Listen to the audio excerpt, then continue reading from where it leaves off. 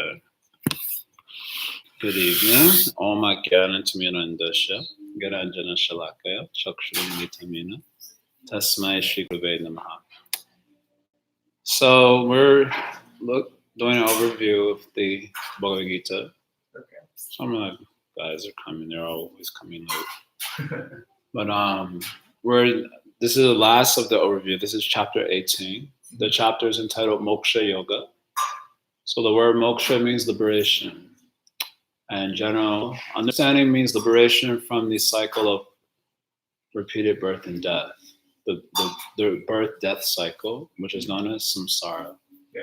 So general thrust of most of the spiritual traditions of India is for the purpose of moksha, freedom from this birth-death cycle, right? Freedom from samsara. So this chapter is entitled Moksha Yoga, and what we come to discover from Krishna's concluding statements in this chapter is that moksha, or freedom from samsara, is able to be achieved by his grace, or by devotion to him and by his grace. So this is not generally understood to be, is not always generally understood to be part of Eastern spirituality. The devotion to a deity and the grace of the deity by which you get deliverance from the birth-death cycle. That sounds so Christian-y. People are trying to run away from the Mid-Eastern religions to something that's more, universal and non-sectarian. And so they become, as soon as they hear the word supreme deity, devotion to such a deity, and the grace of such a deity for deliverance from a material entanglement, can become somewhat frightening. But and so they think that's not part of Vedanta or part of Hinduism. Hinduism is something. But Bhagavad Gita is one of the main texts of India, certainly the most famous amongst them, and for Vedanta tradition specifically, where they posit that absolute reality is non-dual consciousness. So in Vedanta tradition, it's not saying that it's one, but it's not two. Non-dual means not two. So in Vedanta schools, they have to give commentary on 3 primary literatures in order to be considered an authorized Vedanta school. One of them is the Upanishads. Another, the Vedanta Sutra, and then the last is the Bhagavad-gita. So Bhagavad-gita is a very important text of any Vedanta school. And here, Krishna is saying that moksha, the title is Moksha Yoga, and Krishna is saying moksha is possible to be achieved by devotion to him and by his grace. So he identifies himself as a supreme deity, says that devotion to him and his grace is required for achieving this moksha. So again, an uncomfortable message for those who are running away from the Middle Eastern traditions to a Hinduism, and then they encounter Bhagavad Gita and see that there is a supreme deity, there is devotion to such a deity, and there is the grace of the deity required for ultimate liberation. It can be a little alarming. But we'll go through this chapter and see that it's very nice and very sweet notion. Okay? This chapter 18 also serves as a summary of all topics that we've encountered earlier in the Bhagavad Gita. So this is the end of the Gita. So chapter 18 is also serving as a summary of a lot of those topics. So it kind of kicks off right in the beginning. The first verse of the chapter is Arjuna asking a question. So what is the difference between sannyasa and tyag? So both these words can be used as synonyms. They both basically mean renunciation or letting go of. But Arjuna is, you can not say complicating it, but he's asking, is there some distinction between these two? Renunciation, letting go, sannyasa and tyaga. And when I first read Bhagavad Gita, I thought this question was kind of random, because if in chapter 17, we hear Krishna kind of outlining the details of the religious life in Vedic culture, speaking about the importance of yajna, or you can say sacrifice or offering, tapa, austerity, and dana, charity. So these are like 3 very essential elements of the religious life in traditional Indian culture. There should be yajna, and yajna just to give you an image, just like the Vedic ritual where there's like a fire sacrifice, there are Brahmins, they're chanting different mantras and so on. Of course, we've encountered this word yajna earlier. It has a broader scope than that, but I'm just trying to give an imagery of it. So you have yajna as an element. You have tapa. Tapa means austerity, and it usually refers to the austerities that are kind of in conjunction with the performances of these yajnas. In order, for example, if you read the Bhagavad Purana, Srimad Bhagavatam, you hear about all these different rites that people did to get material things, and they were like extremely austere. Don't cut your nails, so your hair, sleep on the floor, sleep in this direction. It required a lot of like austere things. So of course that wasn't the extent of tapasya, but generally this tapasya is related to this ritual culture. And then charity is a big part of the culture. So Krishna was analyzing the performance of yajna, of tapasya, and of charity in the previous chapter in terms of the gunas of nature, sattva, rajas, and tamas, the various gunas of nature. So all of a sudden, Arjuna asked this question about renunciation. What is the difference between sannyasa and tyaga? And it seemed like a random question, but it's related to the previous discussion because Arjuna wants to understand that, okay, this might account for the beginning of the religious spiritual life, the performances of yajna, tapa, dana. But at some point, is one to renounce that? As you get higher spiritual realization, are you to renounce those aspects of Vedic ritual religious life and become exclusively fixed on something more spiritual or like another spiritual path? And this becomes an interesting question because especially in Arjuna's case, he is kind of wanting to renounce some certain aspects of the religious life, which involves the proper performance of duty. In his particular case, his duty as a warrior to fight in the war that he doesn't want to fight. And so it would be very convenient to hear that, yes, at a certain point, you do renounce these religious rites and become exclusively dedicated to a spiritual path. He's like, fantastic, that's where I'm at. So Krishna, of course, will deny him this pleasure, as is his general tendency, by answering the question in an interesting way. So this is the question. What is the difference between sannyasa and tyaga? So generally, the word sannyasa means the renunciation of all sorts of activity. Sannyas, they call it karma sannyas, usually this word. Arjuna himself has used this word in chapter 5. Karma sannyas, renunciation of all activity related to the social life. So your duty and all sorts of activities are called karma sannyas. Whereas tyaga means renunciation of the fruit of activity. So it's not the renunciation of acts themselves, but the renunciation of the fruit of acts. So to say it in another way, one type of renunciation involves an external letting go, and another type of renunciation involves an internal letting go. And Krishna gives these two opinions. Actually, when answering this question, he expresses different opinions about this. Some say sannyas is this, some say tyaga is this. Some say all acts are to be renounced because actions themselves are entangling. Isn't it? When you act in this world, you may find yourself entangled in so many different things. Just like, for example, we were in office today and Doyle asked Kishore, can you help me out for a minute with something? No, he said, can you help me out with something? It'll only take a few minutes. And so Kishore kind of like looked up. He said, well, how long is it going to take precisely? He said, a few minutes only. He said, you don't have to do it now. We could do it later also, but it'll only take a few minutes. And he said, it's only take a few minutes. And Doyle said, yes. So he said, okay, I hope now then. And then he went and he came back half hour, 45 minutes later. So I commented, I said, a few minutes, huh? So the nature of action in the world is inherently entangling, right? Or I often give like a monk sort of expression of this, a monk joke. We used to joke like this when I was in the ashram. That when you're in the ashram, you're kind of by yourself, it's happy life, more or less. I mean, your mind is there, cause some disturbance, but it is more or less happy life.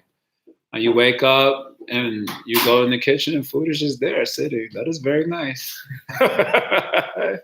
You enjoy life and you do a few services. The rest of the time you can lie around, walk around, space out, read this. That is a very nice life. But then you get this one desire that I need companionship. It's usually expressed in more gross terms inside the mind, but that, we have to be sober here in the temple room. So you said, I need companionship. So that one desire is linked to so many other desires. If you have to pursue it, it's like, well, I need companionship, but I'm dumb. So I need to get smart. So I need to go to university. So you start thinking how to get into university. And then I need a proper job, otherwise she ain't gonna stay with me. So I need even though I only have qualification for this janitor thing, I'll study electrical engineering so I can get a good job. So in this way, from that one desire, you get linked to all sorts of other desires and you become entangled in the world. So some people say any sort of action is entangling like that. That's just one overly exaggerated example. But any activity like that is entangling. So they say all acts should be given up. That is one opinion. Krishna mentions this one opinion. And others say, no, certain acts are never to be abandoned, particularly the acts of yajna, tapa, and dana, which we had mentioned earlier. These are never to be abandoned. Rather, you're neophyte or you're spiritually advanced, they should always be performed. So after expressing these different opinions, Krishna gives his own opinion about this subject matter. And then he concludes that actually the sannyasa, sannyas means giving up acts, but tyag means the renunciation of the fruits of acts. And of the two, Krishna is saying that the second one, renouncing the fruits of acts, is higher. And he gives this point, particularly in 18.5. I put it here. I'm discussing this section right now. He puts it here in 18.5. He said, actually, acts like yajna, tapa, dana is never to be given up by anyone, even by the wise persons, because they purify even such wise persons. So therefore, true renunciation is not giving up acts, but rather giving up the fruits of acts. In other words, saying it in simpler language, or simple language in my, there's two types of ways of renouncing things, externally and internally. So what is the value, and Krishna has chastised this earlier in chapter 3, what is the value of external renunciation if you're not renounced internally? Then Krishna says such a person is a pretender, a cheater. Just like sometimes when Ekadashi comes, Ekadashi is a day where we fast from certain foodstuffs. So one of the classic activities when you kind of new guy and you're trying to like go in hard with spirituality. So you say, I'm going to fast on the Ekadashi. You do like a full fast, no food, water, or sleep. Actually, sleep also you're supposed to give up, the traditional way of following Ekadashi. No food, water, or sleep. So you want to go in hard. So you like, I'm not going to fast, but you want everyone to know that you going in hard with the spirituality. You're being real spiritual. So you're fasting, but when it's time for lunch, you show up for the lunch prasad. And then, can I serve you for? Oh, no, I'm fasting. You say in front of everyone that you are fasting, so everyone can know that you are doing that. And then, but you are inside. You see, they had cheesecake today. I said, the Kadashi cheesecake. What? I wonder what that tastes like. But anyway, I'm renouncing. Externally, you're showing some, but inside you are enjoying like anything.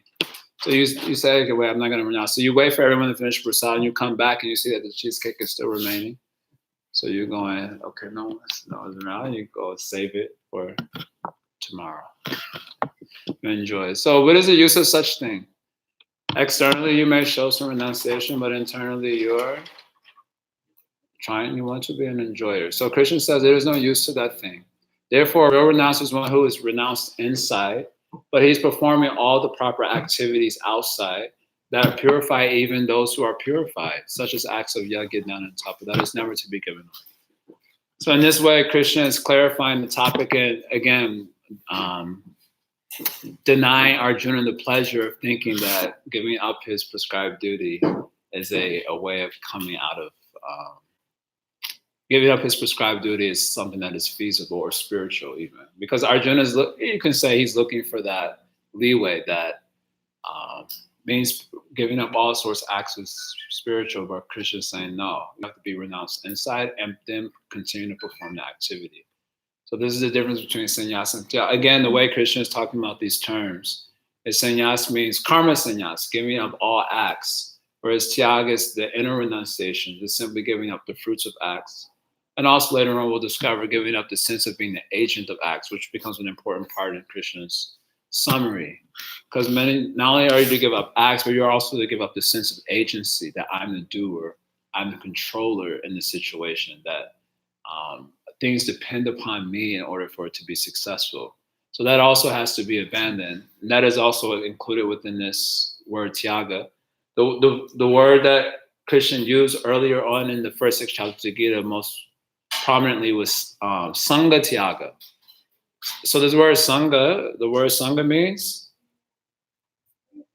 sangha doesn't mean kirtan. What does sangha mean? Yeah, association. Sangha, sadhu sangha. So sangha means association, but the word sangha also means attachment. So sangha tyaga, giving up sangha, Krishna says in many places in the first 6 chapters of Bhagavad-gita. Sangha tyaga, giving up sangha. So giving up attachment, of course, to the fruit of acts, and giving up attachment to the sense of being the agent. So this is called, so this type of renouncer, everyone should be, or Krishna's encouraging everyone to become. Externally, you may be engaged in the world in any sort of way, but inside you should be tyagi. But if you karma sannyas, if you actually give an action, actually Krishna will deny this, I think, in this section, when we do the next section, that actually you'll not be able to renounce anyway, because that's impossible. It is impossible not to act in this world. So now, kind of expressing that idea in this next section, 7 through 12, Krishna brings up the point that renunciation is not inherently a spiritual thing. Everyone is renouncing this material world according to the guna that they're in material nature, isn't it? In other words, usually when you hear about renunciation spoken in spiritual circles or spiritual contexts, it seems like an inherently spiritual thing, right? Even in our culture, in our bhakti family, when we see a sannyasi, for example, we see, wow, sannyasi, he must be very spiritual. Of course, he probably is very spiritual, but we take it for granted that just because someone is renounced, therefore they're spiritual, isn't it? And similarly, if you see like anyway, I'm not trying to be disrespectful to any community or anything, but you see like the hippies, if you ever go to like the rainbow gatherings or I don't know about Burning Man so much, but rainbow gathering, if you've ever been, then you see people who think that they're spiritual and that they've given up things, right? So sometimes they've given up the clothes also, and they feel that they are very spiritual just because they don't wear clothes. And they say clothes is a form of bondage. And I'm like, so people think that being renounced is itself, especially when you use this word in a spiritual context, that it's inherently spiritual, isn't it? You also think like that. If someone is able to not eat, if he's able to resist sense gratification, externally, that's a pretty impressive feat. So you kind of take it to be that the person is inherently spiritual or having some sort of spirituality, isn't it? But then Krishna wants to point out in this section that everyone is actually a renouncer. And we can look at these verses. Who has Gita? 7, look at 7, 8, and 9. Someone can read it. I have a different Gita, so the translation will be a little different. 7, 8, 9, you read.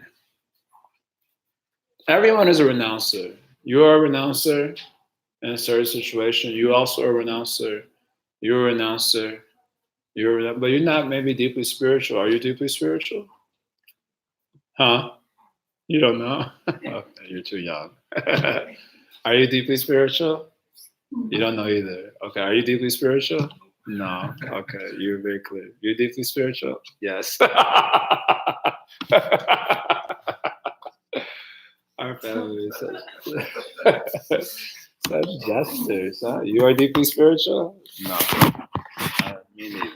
So but all of us are renouncers, but we are by our own admittance, some of us not deeply spiritual. Okay, one of us is deeply spiritual. Other category doesn't know. You deeply spiritual? Also no. All right, read the verses. 7, 8, 9. Which type of renouncer are you? Yeah, go. So verse 7. Prescribed duties should never be renounced. If one gives up his prescribed duties because of illusion, such renunciation is said to be in the mode of ignorance. Yes. So that's renunciation in the mode of ignorance. Next verse. Anyone who gives up prescribed duties as troublesome or out of fear of bodily discomfort is said to have renounced in the mode of passion. Such action never leads to the elevation of renunciation. Yes. Doesn't that sound familiar? Read the first sentence again. Anyone who gives up prescribed duties as troublesome or out of fear of bodily discomfort. Troublesome or out of fear of bodily discomfort, you renounce something. You're supposed to do something. It is your responsibility, but you don't do it because of bodily discomfort. Bodily discomfort, and the other one? Because it is troublesome. Because it's troublesome. Does that not sound familiar to anyone here? Huh? Does it sound familiar? You've ever done that before? Yeah. You've done before? Yeah. All right, next verse. O Arjuna, when one performs his prescribed duty only because it ought to be done, and renounces all material association and all attachment to the fruit, his renunciation is said to be in the mode of goodness. Yes. He does it because it ought to be done. It's the right thing to do. And what? Renounces all material association and all attachment to the fruit. Yes. Then he is said to be a renouncer in the mode of goodness. That one is not so familiar to me. The first two are more familiar. So my point is what? Everyone is a renouncer, right? So Krishna wants to make the point, just because you're renounced doesn't mean that you're inherently spiritual. You could be renouncing this guna, that guna, sattva guna, raja guna, tama guna. And most of us be renouncing in raja guna and tama guna. Some discomfort is there, I'm bewildered, right? So it's not next verse after that. So what does Krishna say? The intelligent renouncer situated in the mode of goodness, neither hateful of inauspicious work nor attached to auspicious work, has no doubts about work. This verse means he's situated in equanimity of mind. So whether the work is bringing some trouble or there's some great delight, also his mind is not moved by either way. So these verses, the description of them, they sound precisely like the karma yoga that we encounter in the first 6 chapters. Basically, the karma yoga means one who is situated in the sattva-guna, essentially, and that's to be noted here. So next verse after that, verse 11. It is indeed impossible for an embodied being to give up all activities. Yes. So you will not stop work. That's Krishna's point also. Even if you think, I'll renounce something, but that is not, I'll renounce action. You cannot do that. It's impossible. Someone said, I will not do anything. So you ask them for how long? You will not do anything. For 1 hour. Today I went to the park to chant my japa early in the morning. And I've been practicing the last 2 days, not moving the body while I chant japa, just for the past 2 days. I mean, I sit, but I just don't move the body means none of these techniques. You know how the Hare Krishnas do. We have different techniques we do. We got that thing. You got the different techniques. And this one, first starts off like a little breeze, and then it becomes like a tornado. Just stay awake. All these different sitting techniques they do. So I've been practicing because we're teaching meditation class here, and so Yogi Charu has been working with us for a meditation thing, and so they have this thing, Kaya Styron, where you don't move the body. Try to just still the body so you can still the mind. Of course, my experience is the body becomes more still, the mind becomes mad crazy. At least for the first 20 minutes or so. So I'm in the park, and the mind's like, just wiggle your finger, do something. Don't just sit there, Move your leg a little bit, So, but I've been practicing very nice. So I've been practicing sitting, not moving, and chanting japa. Yesterday it went really well because I was inside the building. So I just sat in one spot for an hour and chanted japa for an hour. I finished like 14 rounds. Today I went to the park and I was I didn't go to like a public area, But I was in one spot. You could still be seen if someone's walking past you. So I was trying to be all hard and not move the body. I was like feeling very spiritual. And all of a sudden I had like this burning itch on my hand. The burning itch. So I went like this to like, because I was trying not to move. So I went like this to remove the burning itch, and then I stopped. And then in same hand, another burning itch in another part of the hand. Then I realized I was being mauled by mosquitoes. I had like 5 huge, and so finally I got up and I had to like run because I was getting mauled. Like I had like this morning I had like 5-6 bumps, like huge. And the mosquito was like, yeah, we like that. Keep practicing that kaya styrone. The reason I'm bringing this point up is that my idea is that I'll not do anything. I'll not move. But then I was forced to move. Of course, this is a crude example. I was forced to move by the movement of mosquitoes on my hand and so on. I had to move. So similarly, you may try to renounce action. By the force of nature, you'll be forced to do something. In fact, even not doing something is doing something. So Krishna is making that point, 7-11. Actually, it is impossible to give up action itself. You will be forced to do some act. Therefore, next verse.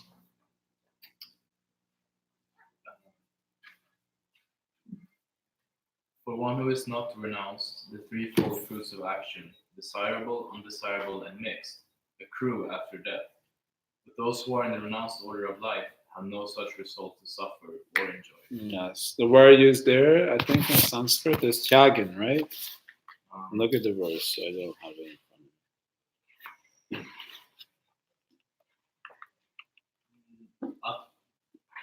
front of me. Atyaginam. 2 seconds. Yes. Atyaginam is one who is not renounced. For those who are not renounced. Yes. Natu sannyasinam kvachit. So for those who are not renounced, so renounce means here what? The inner renunciation. Then you have to suffer the fruits of acts. So the fruits of acts are 3. Happiness, distress, and a mixture of 2. Isn't it? You've done activities. Some of those acts have given suffering. You've done other acts, and those acts have given also suffering. You don't have proper knowledge.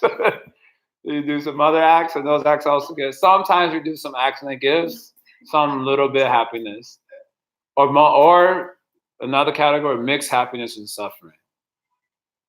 So these are, for those who are not internally renounced, they have to experience the fruits of acts in the form of happiness, distress, and a mixture of 2. But for those who are internally renounced, who are true renouncers, then they are beyond this. That is what Krishna is saying. So his whole presentation, these first 12 verses, is this idea that true renunciation is insight.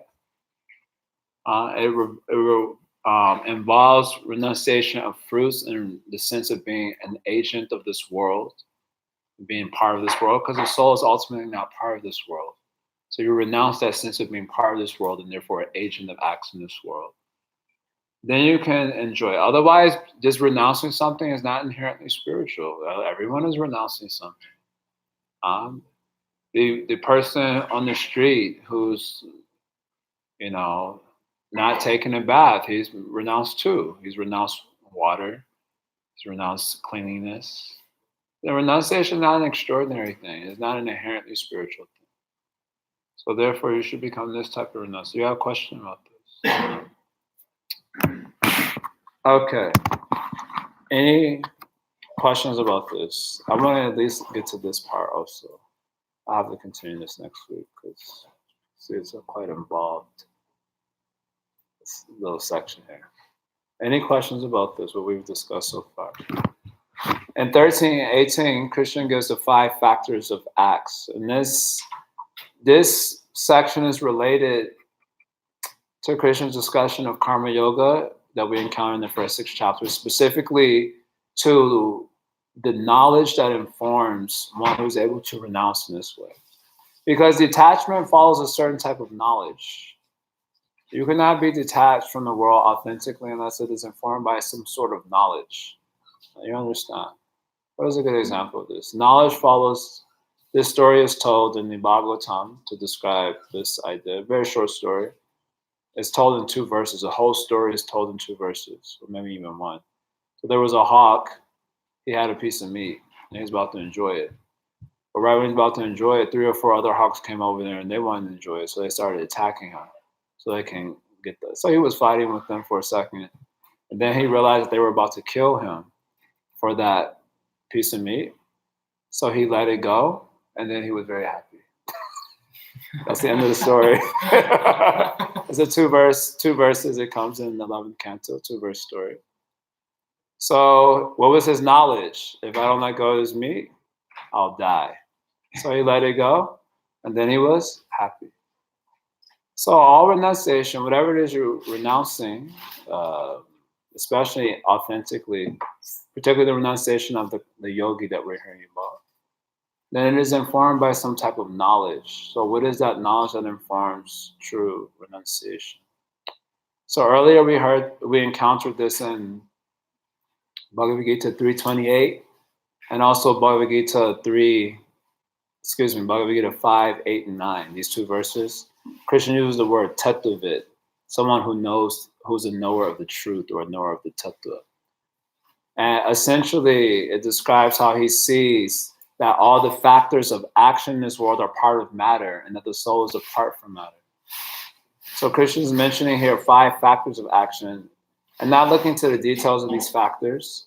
The main point of this passage of verses is that all the factors of action are aspects of material nature, and the soul is standing apart from that nature. Right? You understand? Let's look at 13. Let's look at 1814. I think 1814 are the 5 types of the 5 causes of acts. Someone can read that verse. Right. Yes. Yeah, 1814. Place of action. The place of action, the body, the performer, the various senses, the many different kinds of endeavor, and ultimately the supersoul. These are the 5 factors of action. The first one, the body. The second one, the performer here refers to false ego. My Charles, because in order to do any action, you have to have an ego. Just like you act like a human being. Why? Because you have a human ego. You don't act like a cat. Of course, some people do these days. The trans species are there. That's coming up now. They interviewed them also. One lady, she said, "I am a cat." So I was like, "How you speak English?" In any case, this thing is coming. But if you have to perform any action in this world, there has to be some ego. You cannot do it without ego. So that is another factor. Then third element, the various senses. The various senses, right? You have senses, knowledge acquiring senses. The sense of sight, the sense of hearing, the sense of smell, the sense of taste, the sense of touch. Then you have the knowledge senses, the voice, the hands, the legs, the anus, and the genitals. They're called the karmendriyas, knowledge. So these senses are required for acting. Then many different kinds of endeavor. The many different kinds of endeavor. And then the last one is daiva. So the word daiva is translated here as paramatma. Or daiva also just means destiny. So I'm not going to get into the complication of these different words. But the idea is that most of these factors of action are part of prakriti and not part of the actual soul. So the soul is standing apart from all the factors of action. So the idea here is to say that all the acts that are being done and the performers of the acts in the material world are actually factors of the material energy, and the soul is different from that. So this is the knowledge that informs a true renouncer of acts in this world. You understand? In other words, let me say it in the opposite way. As long as you think that you are this body, and so whatever ego you're operating with in this life, you think that is me, and therefore my endeavors are everything, my senses are everything. my body is everything, my ego is everything, and you're performing with that sort of attachment, then you will be entangled in this world. But a karma yogi, he's performing acts with thinking that I'm not part of this world. And so whenever he sees things happen in the world, he kind of just sees it as the interaction of these different elements of his body, but other elements of the material nature. And he sees himself more or less like a witness of the activities. Therefore, he can have such genuine detachment. This is the idea. We're doing this exercise in one group that I'm in, that writing, we encounter many different things throughout our day, events, and so, and we usually take them very seriously because we are the main character of our story, isn't it? So you experience everything like very intensely and viscerally, isn't it? But we're trying to exercise that if you go and retrospectively look at your day, whatever your day is, and some of those major events of your day that you experience viscerally, and you look at it as a witness, not as the main character, but as a witness of a story. Now, how will you process that same event, looking at it that way? So that's, in a sense, if you're able to do that perpetually, like at every step, that is like the karma yogin's consciousness, or such a spiritually advanced person's consciousness, that things are happening in the material nature, and he's just seeing it as a witness. So therefore, even though all sorts of intense emotions may be coming up in the subtle body, he's seeing that also as a witness and not taking it too seriously. Just saying what is he supposed to do and then acting accordingly. That is very difficult. Therefore, Krishna is given this outline of this particular section, these factors of action. Because unless you know the difference between who you are and what is actually doing things in this world, most of the things that are happening in this world are happening because of material forces. But everyone thinks it's happening because of them. And they don't see the material forces underpinning them. And I'm not talking about material forces like a shadow government or not those sort of material, Anunnaki and, whatever, what else, some sort of background demonic people that we don't, not that, even those people are also under the sway of these same material forces. But no one is seeing those material forces, so they're so invested in what's happening right now. The karma yogi, because of this sort of analysis, sees all the material forces at play. And therefore, he's not getting so invested in what's happening, knowing that these are just material forces at play. Right?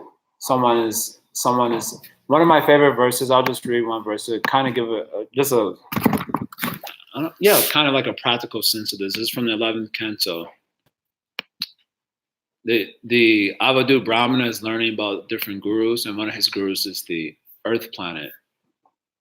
And so he learns this thing from the Earth. Are you hearing? Are you sure? Okay. So he learns this thing from the Earth. This is very nice. I think you will like it.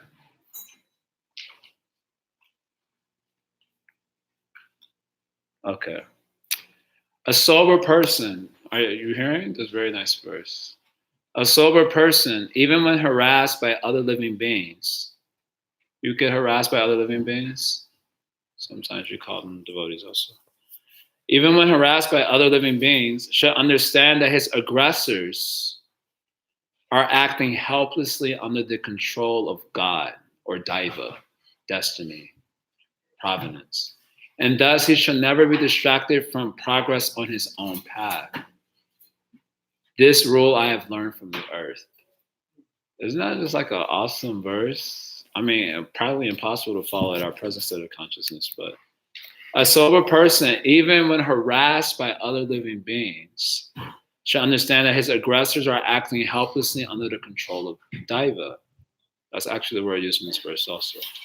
And thus he should never be distracted from progress on his own path. So this gives you a sense. So this type of person able to see that all these material forces are actually causing this. Someone, just like the other day, I think I shared this story. The other day, a week ago or so, we were playing ping pong, or we were playing, I think. Then this black crazy guy with a jerry curl walks over to me specifically. I'm minding my own business, enjoying whooping on Alex's butt in the game, having a great time. This guy walks over to me, and he was like, "What did he say to me?"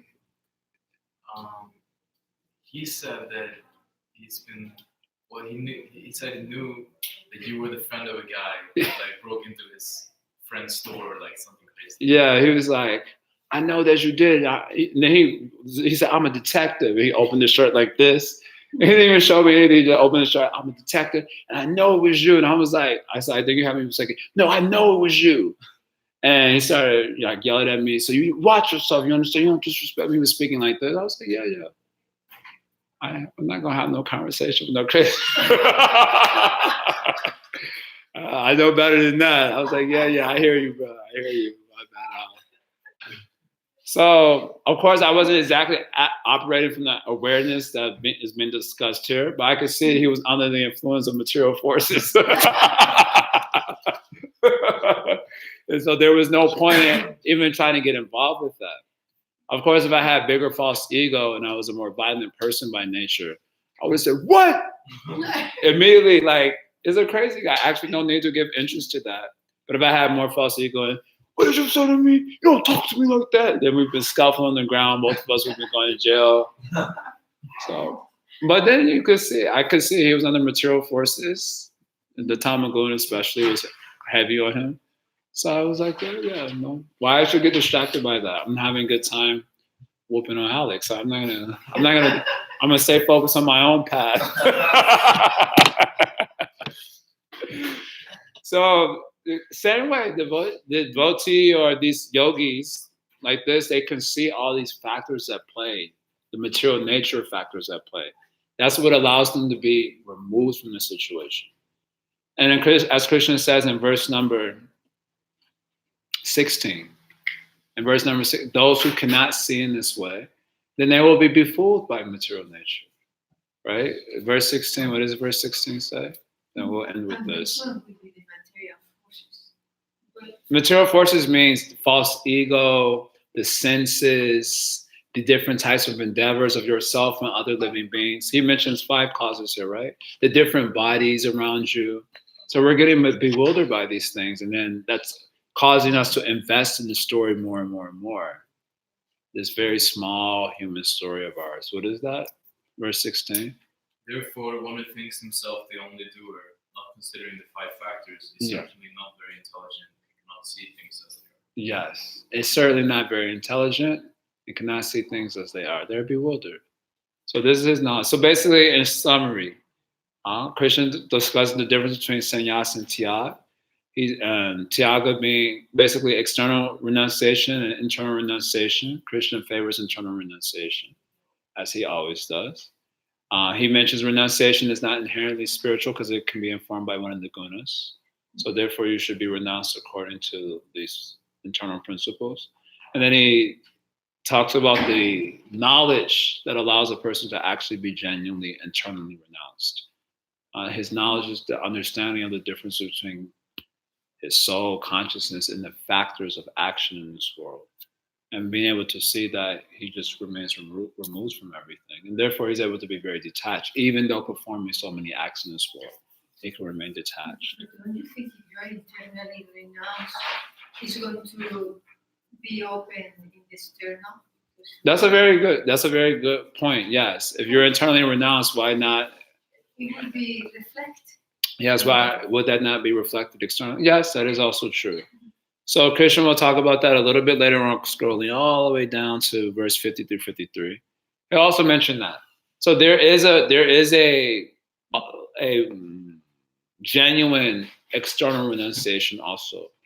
Karma sannyas. So they were there in the society. There are genuine renunciates, not only internally, but also externally. But Krishna wants to make sure that before you jump the gun and try to be externally renounced, that you've really done the work to be internally renounced. And one leads to the other. And inner renunciation leads to outer renunciation. Otherwise, what happens is the renunciation, it looks cool. As soon as you become spiritual, that's the first concept that you get about spirituality. It's amazing to see. Because you can understand, if I'm spiritual, I have to give up things. So when we became spiritual, we became devotees. We were first thing, start throwing out the CDs, throwing out the mundane books, letting go of the friends that are not useful for my path and all these things, the first thing you do, you just start cutting out everything in your life because you think that's spiritual. And there's something to that also. It's not that it's exactly all wrong.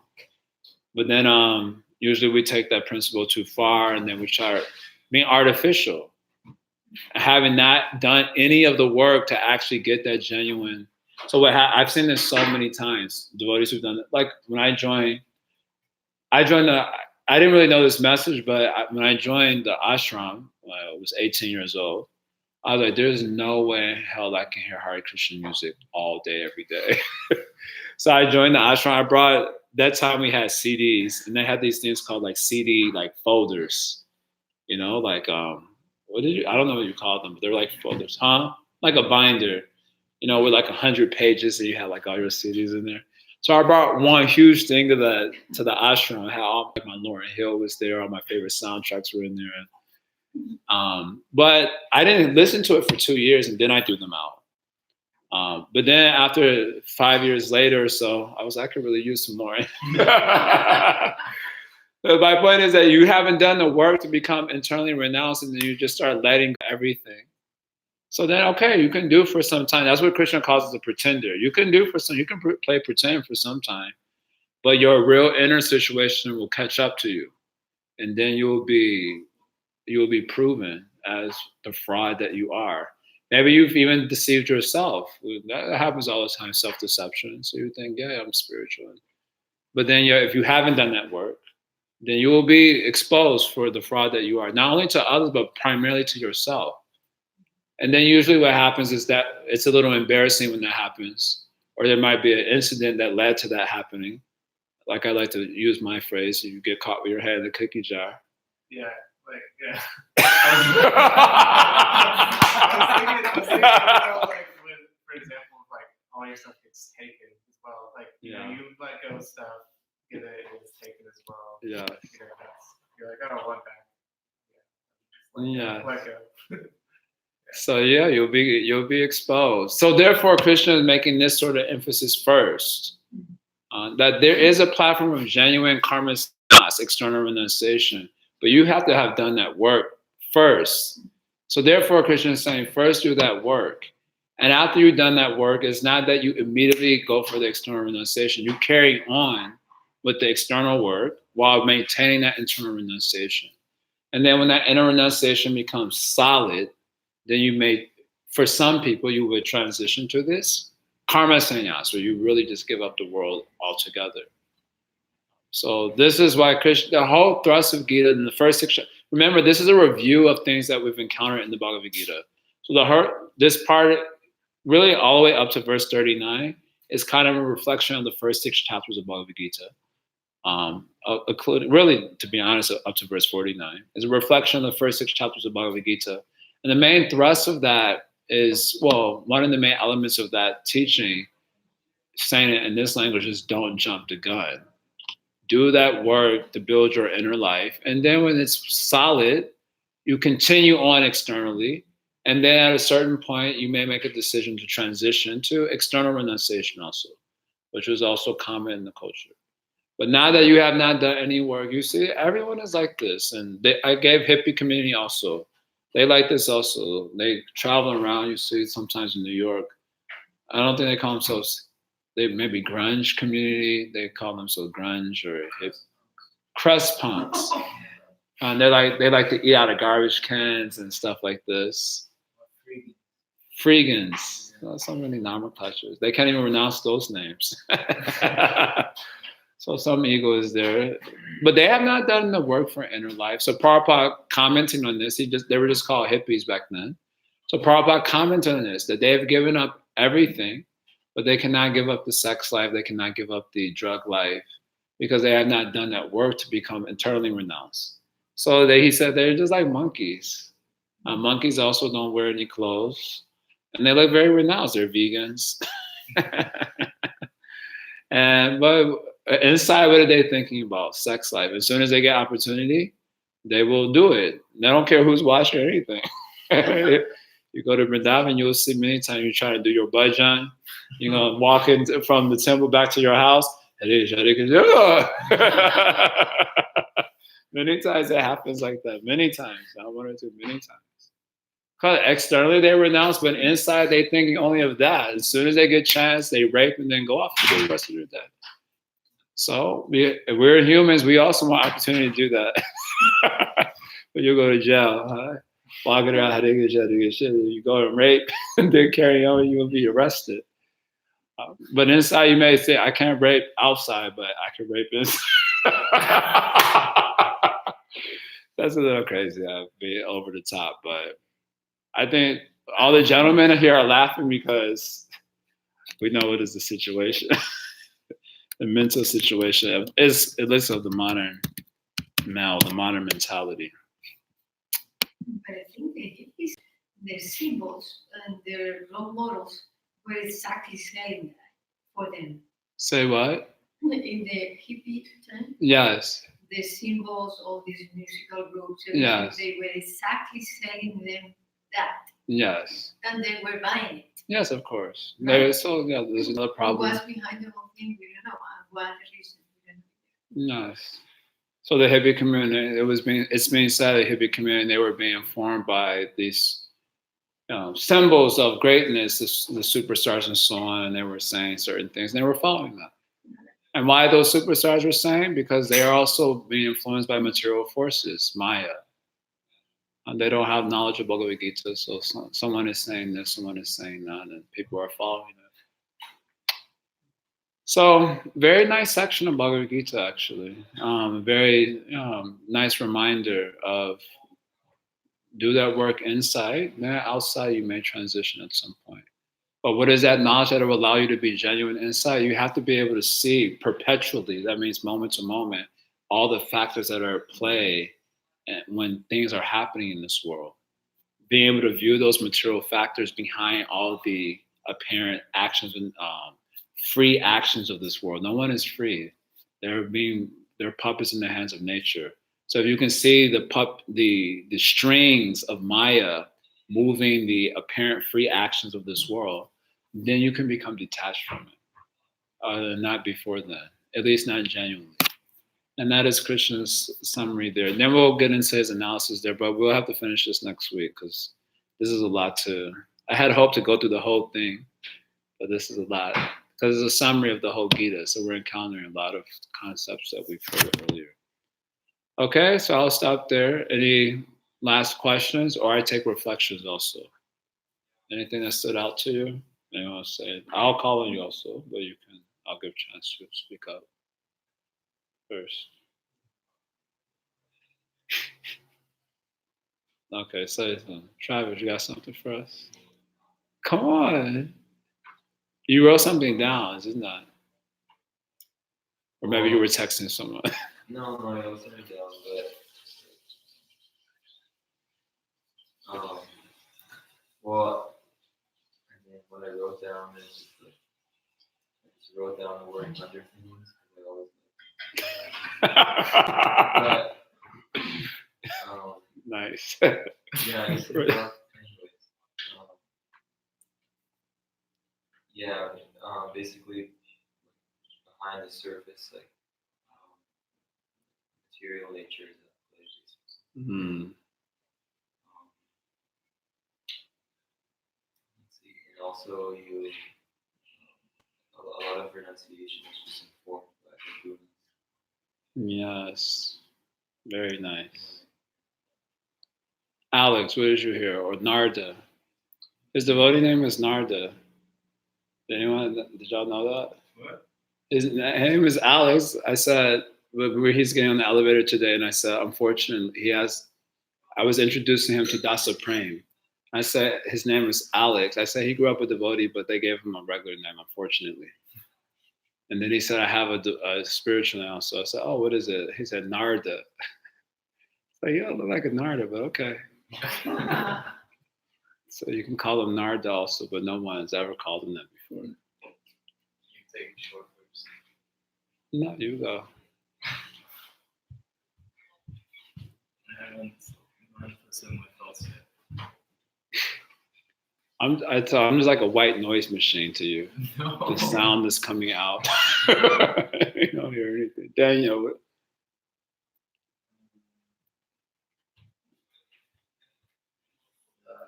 16 sticking out. No, not 16, 14.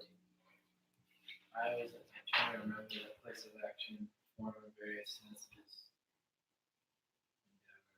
Why does that stick out to you? I'm not just trying to remember those kind of things. I like that right now. This is relating to that. Yeah, for sure. The knower is the soul, and the field is all these factors. Yeah. Really. There's a lot to think of when trying to consider, okay, this is just material force, but actually when it breaks it down like that, it makes it very clear. You may not be able to remember all these factors at play. That's why I try to give this, think of it more as the witness of a story, and then the story itself. So you see yourself as the main character of the story, then you'll get wrapped up in it. You see yourself as the witness of it, then you'll be able to you'll be able to immediately, intuitively understand these factors and not get so wrapped up in it. So just a,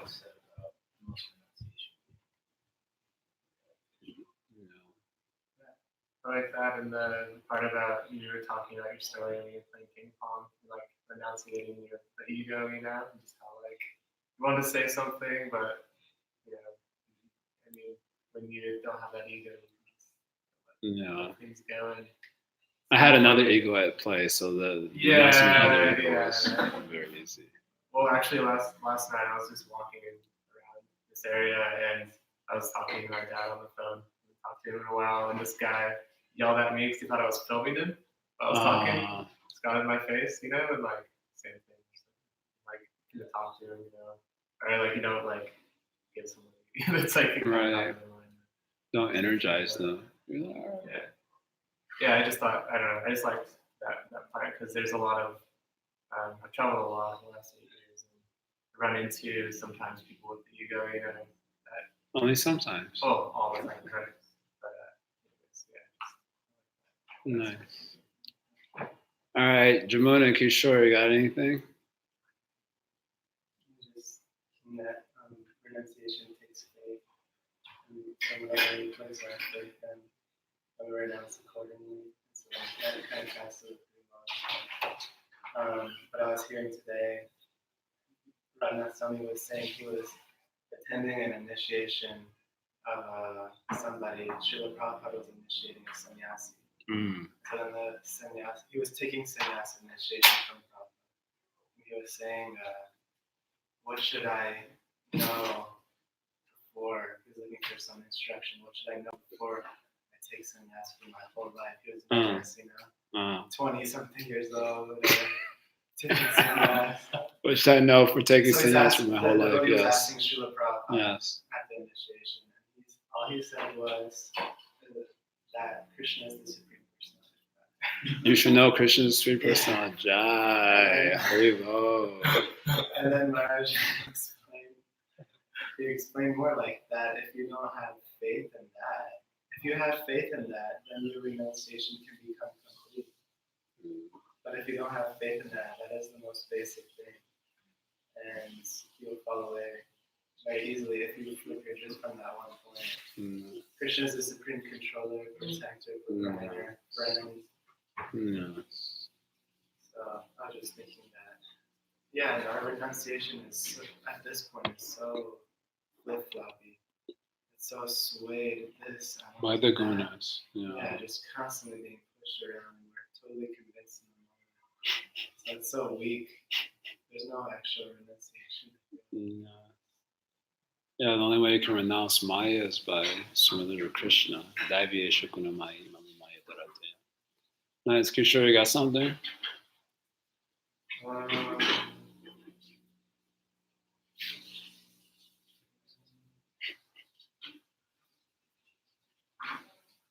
guess I had a kind of a question.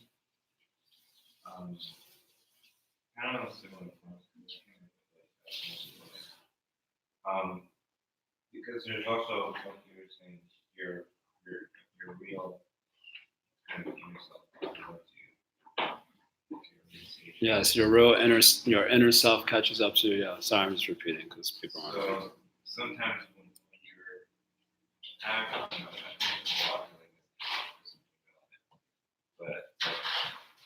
in a community, you may feel pressure to renounce whatever Certain it is, in order things. to, like, fit in, Yes. or to, like, go through public culture or other things. But if you don't genuinely and purify with that, or actually have real desire to renounce that, whatever it is, then all this will come back. And then in that situation, you end up embarrassing yourself anyways. Right. By looking like front of everybody. Right. And to yourself, because you already knew you were being genuine. Right. So then my question is, what is that kind of, what does honesty look like? What does honesty look like in a Christian conscious community? That's actually a pretty profound question. The context of the question, and just repeating for the online people, is that when you're in a community, you may be feeling obliged to renounce certain things that you're actually really attached to, that you feel obliged to renounce them even prematurely so that you can fit in with the community that that's starting to inspire you and that you want to be a part of. But because it was disingenuous or not fully authentic, you end up later on acting on your attachments, and thus you're exposed, or your attachments is exposed, and you look like a fraud to the community. You end up embarrassing yourself. So what does honesty look like in a Christian conscious community? That's the context of the question. Very interesting question. One of the things you kind of have to sit with to answer in a really profound way. But I would like to say, first of all, having social pressure is not a bad thing. I know the modern world tends to want to paint that as a bad thing, that, just be who you are authentically, never mind what anyone else has to say about it or think about it. That's a different type of social pressure. To be a nonsense no matter what anyone says. And now if you're like a religious person, they want to put pressure on you to be a nonsense. But so the social pressure as a genuine thing is good, especially for society to maintain integrity. They have to have certain standards, and they have to along with those standards has to come a sort of sense of shame when people in that society aren't meeting those standards, and that helps the society maintain its integrity. And all societies generally are interested in maintaining their society the way that it is, the way that they like it. So there's something that's good and healthy about that, just as a general point. But then when you are having certain attachments that are, that aren't going to be viewed by a community favorably, then how do you be honest about that and still feel yourself a part of the community? I think that's a very hard thing to navigate for sure. But if you had to make a decision about it, better to be, as they say, let it hang out in the open and make progress from there. Provided it's not something that's like damaging or completely gross, or even if it's something damaging, pretty gross, then you have to maybe take shelter of certain individuals in the community that you have that trust. And, with them, you can be a little bit open. With the other ones, you have to be a little bit hidden, and try to make progress from there. But if one has to take a decision or something like that, then it's better to be authentic, honest in that sense. And like, I have this particular attachment, and then I have to work from there. And in fact, my personal experience is that those persons are usually a little bit more endearing even than persons who try to like hide something then are later exposed. For example, there's one guy who was coming here. He still comes periodically to Bhakti Center. And he really likes devotees. He likes to come serve prasadam when he was coming regularly. He would come for yoga classes, meditation classes, and so on. And one day, he was smoking a cigarette right outside of Bhakti Center. And all the devotees were walking, and he was like, Hare Krishna. Like, there was like he had no sense of embarrassment because he wasn't yet really trying to be a devotee as such, but he was still like feeling part of the Bhakti Center community. He was getting to know the teachers, they were liking him. He was smoking a cigarette, and he's like, Haribo. It was like right in front of everyone. And I remember thinking like, wow, I really like you. Like he had no like shame about it, no embarrassment, maybe because he didn't know, the 4 regular principles or something like that. But there was something very endearing about just being like, yeah, I have this particular attachment, and maybe I'm working on it from there. That seems that it's certainly a much safer position as far as your own yeah, your own integrity is concerned. It's much safer than like hiding something, and then my fam going for the cookie jar later on. Oh, getting caught, and then everyone starts whispering about it around the community, and then you're like really put to shame. So, provided it's not something super duper embarrassing, then that's usually safer. And for cases where things are a little bit more embarrassing and such, then I think the only solution is you have shelter like one individual who, usually one, maybe there are others also. Otherwise, you have to move. And the only other solution is you have to you move or you don't stay in that community, and that's what I've personally seen. I've seen it with some of my friends with certain, you can say, issues where they've left the community because of this. They like come to this fork in the road, and they have certain attachments that they can't let go of, and they know it's frowned upon by the community of devotees that they're living, and they just leave the community and they don't come. So that becomes like the inevitable situation. Or else you live with it. I have this thing and I'm trying to make progress as a devotee from there. But it's one of those questions. It's not an easy question to navigate. Once you bring in things like community, then it almost becomes outside the realm of philosophy at that point. Yeah. Like previously, when you're a good president, it was just you and your guru. Guru, right? Basically. Yeah. Not worry about what anyone else thinks about you, your relationships with other people. And there's something to that, that kind of like one point of focus. Whenever you have a question, you go and ask. Whenever you're called, you go and ask. Like that is just a very like condensed experience. Yeah. Whereas like when it comes to community, it's like the energy is like splayed out. So be careful to make offenses, how to have good relationships, this and you have so many different things, which are also part of consciousness. Sure, but then sometimes it seems like it just takes longer to kind of go through whatever processes we go through because you have to like stop at so many different places on the way to like kind of like maintain your kind of like not status but kind of your place in the community. Of course, Christian consciousness was practiced outside of institution previously, but there were always communities. There would just be like villages of people. That's where this term Gramya Kata comes up, village Prado. Was when we learned about that, one of the types of Prajalpa. So when you live in a village, Gramya, then village Prado starts. So one person does, the whole village would know about it in no time because there's nothing else. At that time also didn't have Instagram and all these things. So Gramya Kata is very powerful because nothing to do, so deviating someone's, and it goes around very fast. That issue probably is a common issue, but then as you bring in the element of institution, that makes it even more interesting because they're like institutional standards, and people are expected to be at those standards in a very uniform sort of way without consideration of individual qualifications and so on. So when you enter inside the institution, you have to be a part of that. So it's like there's like institution, there's community within institution, and then that it becomes more complicated actually.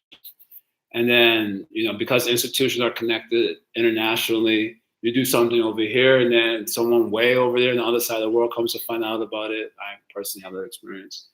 And it becomes, it's very tricky. Anyway, better that than just being in ignorance and being, existing in the material world. I mean, existence in this world is inherently suffering. So taking that as a premise, you might as well take this suffering. Some suffering has to be there. So better take the suffering of trying to be a devotee and going through those embarrassing situations in that context versus not being a devotee or being outside the community of devotees or the institution of devotees even, and suffering the same embarrassment without that in the material world inevitably because that's what's going to come.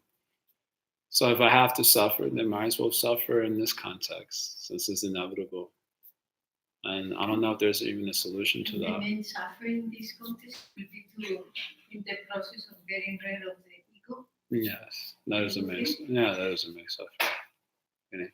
All right, we'll finish here. But before we finish, Narda.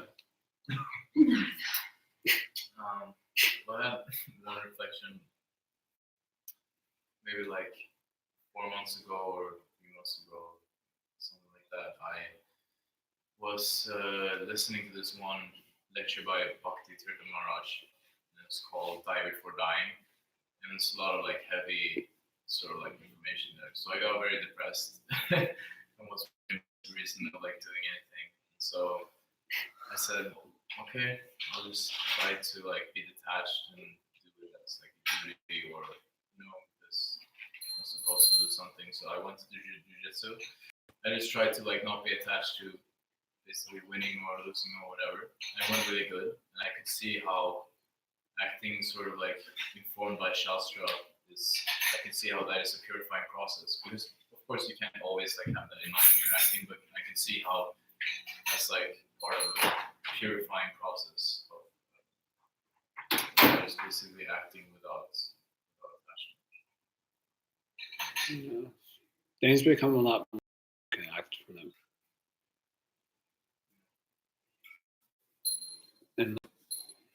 And Tat Sat, Srila Prabhupada Ki Jai, we'll finish here. Hari.